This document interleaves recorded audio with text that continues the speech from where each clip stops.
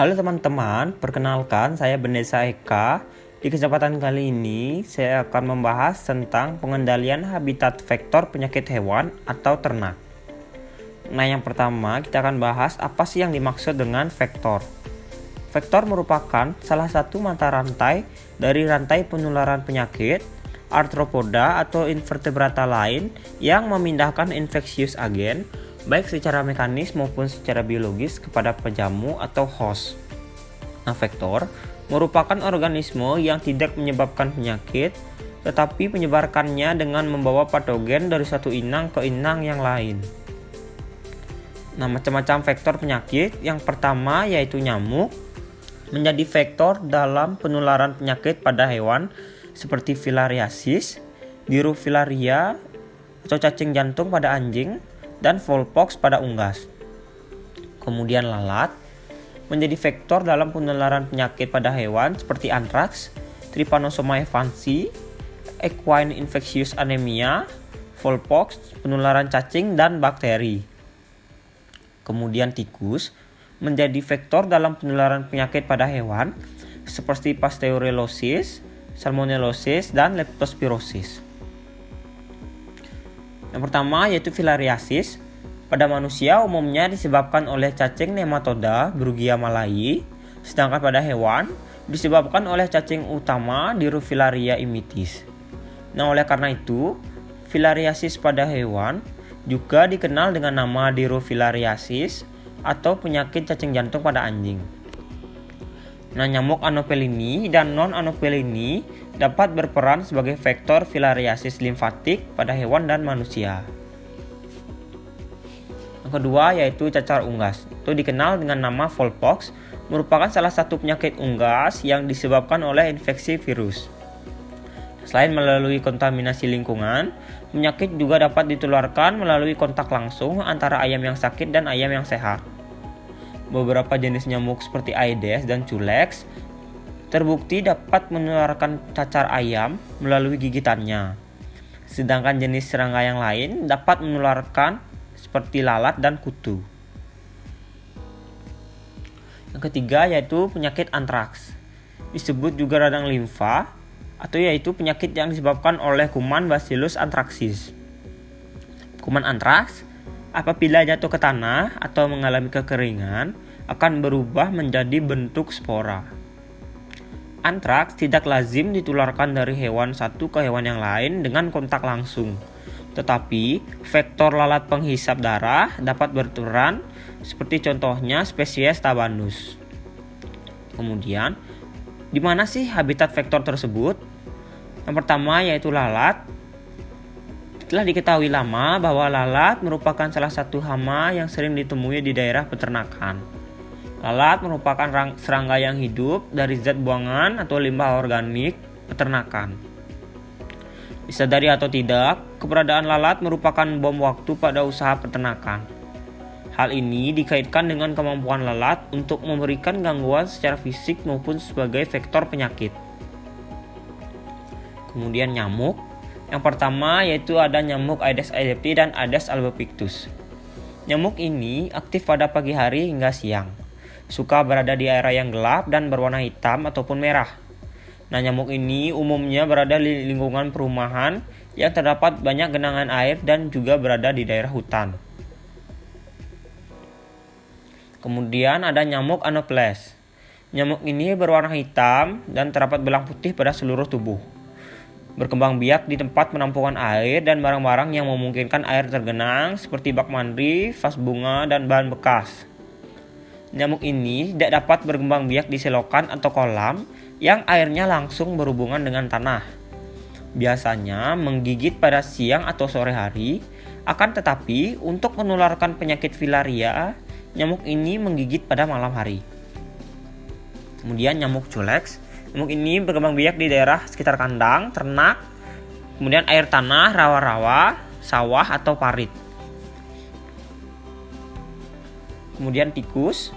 Munculnya penyakit leptospira dipengaruhi oleh faktor-faktor antara lain lingkungan yang terkontaminasi leptospira, lingkungan kumuh, dan kurangnya fasilitas pembuangan sampah. Nah, berikut adalah habitat-habitat yang disukai oleh tikus. Yang pertama yaitu pemukiman yang kotor. Yang kedua yaitu lingkungan yang kumuh, persawahan dan lahan bergambut. Kemudian selanjutnya yaitu air kotor yang tergenang, daerah rawan banjir, saluran air, daerah yang minim pencahayaan. Nah, bagaimana sih cara pengendalian vektor? Pengendalian yang pertama yaitu dengan cara memberantas sarang nyamuk. Manajemen lingkungan adalah upaya pengelolaan lingkungan untuk mengurangi bahkan menghilangkan habitat vektor nyamuk sehingga akan mengurangi kebatasan populasi. Kegiatan ini dilakukan dengan cara yang pertama menerapkan prinsip PSN, yaitu menguras dan menyikat tempat-tempat penampungan air seperti bak mandi, WC, drum dengan seminggu sekali. Kemudian menutup rapat-rapat penampungan air seperti gentong air, tempayan, dan lain-lain. Kemudian mendaur ulang barang-barang yang dapat menampung air hujan. Nah, ini adalah gerakan pemberantasan sarang nyamuk. Yang pertama, bak sampah ditutup rapat, kemudian tutup tempayan yang berisi air, kemudian mengubur barang-barang bekas dan menguras bak mandi. Upaya pengelolaan lingkungan. Yang pertama, dengan cara memberikan pencahayaan di sudut kamar yang gelap merupakan tempat beristirahat yang disukai nyamuk culex. Membersihkan gorong-gorong, tempat tidur, kemudian baju yang digantung di kamar yang kotor dan gelap. Kemudian, metode pembuangan air limbah yang memenuhi syarat. Kemudian yang terakhir, pengendalian vektor dan hewan pembawa penyakit yang dilakukan berdasarkan asas keamanan, rasionalitas, dan efektivitas serta mempertimbangkan kelestarian keberhasilannya. Kemudian sampah yang harus dibuang dalam tempat sampah yang tertutup. Cara yang baik ialah sanitary landfill integration. Pada sanitary landfill, tanah yang menutupi lapisan sampah harus didapatkan supaya lalat yang keluar dari pupa tidak bisa menembus keluar tanah yang padat itu.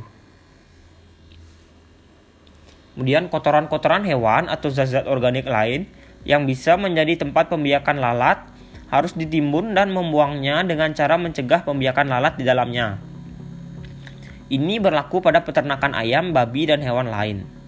Perusahaan-perusahaan makanan dan semua perusahaan-perusahaan yang menghasilkan sisa-sisa sayuran dan bahan dari hewan. Nah, cara pembuangan kotoran juga harus terawasi agar limbah tidak mencemari lingkungan karena habitat yang bersih tidak disukai vektor pembawa penyakit. Rumput dan tumbuh-tumbuhan liar merupakan tempat perlindungan untuk lalat dan membuat usaha fogging dan insektisida kurang efektif. Di samping itu, rumput yang tinggi dapat menutupi timbunan dari zat-zat organik yang bisa menjadi tempat pembiakan lalat. Karena itu, rumput harus dipotong pendek dan tumbuhan-tumbuhan liar dicabut. Kemudian, kotoran hewan ternak kalau setiap hari diangkat dari kandang, lalu segera disebarkan di atas lapangan terbuka, ditimbun di dalam tempat yang tertutup rapat, sehingga tidak memungkinkan lalat berkembang biak di dalamnya. Keadaan yang kering akan mematikan larva dan bahan organik yang kering tidak disukai lalat sebagai tempat bertelur. Nah, timbunan kotor itu bisa disemprot dengan insektisida. Dan selanjutnya yaitu habitat banjir. Banjir merupakan habitat beberapa vektor seperti parasit dan mikroba, sehingga dapat menimbulkan penyakit pada hewan. Untuk itu, banjir dapat dicegah dengan cara yang pertama seperti membuang sampah pada tempatnya. Kemudian yang kedua, membersihkan lingkungan yang kotor dan kumuh. Kemudian menyediakan daerah resapan air, membersihkan gorong-gorong, melakukan reboisasi, dan melestarikan hutan. Dengan sosialisasi dan penjelasan struktur dan masif kepada masyarakat, diharapkan timbul kesadaran dan motivasi masyarakat tentang bahayanya vektor dan binatang pembawa penyakit, sehingga ikut berperan dalam pengendalian dan pencegahannya, serta pentingnya peran pemerintah dalam mengawasi dan menyediakan fasilitas yang berguna untuk mewujudkan lingkungan yang sehat, bebas penyakit. Nah, kesimpulannya, penyakit ditimbulkan dari keadaan lingkungan yang tidak baik. Habitat tempat vektor harus dijaga kebersihannya sehingga dapat mencegah timbulnya penyakit yang membahayakan hewan bahkan kesehatan manusia. Nah, sekian video edukasi dari saya. Semoga video ini dapat bermanfaat untuk kita semua. Terima kasih.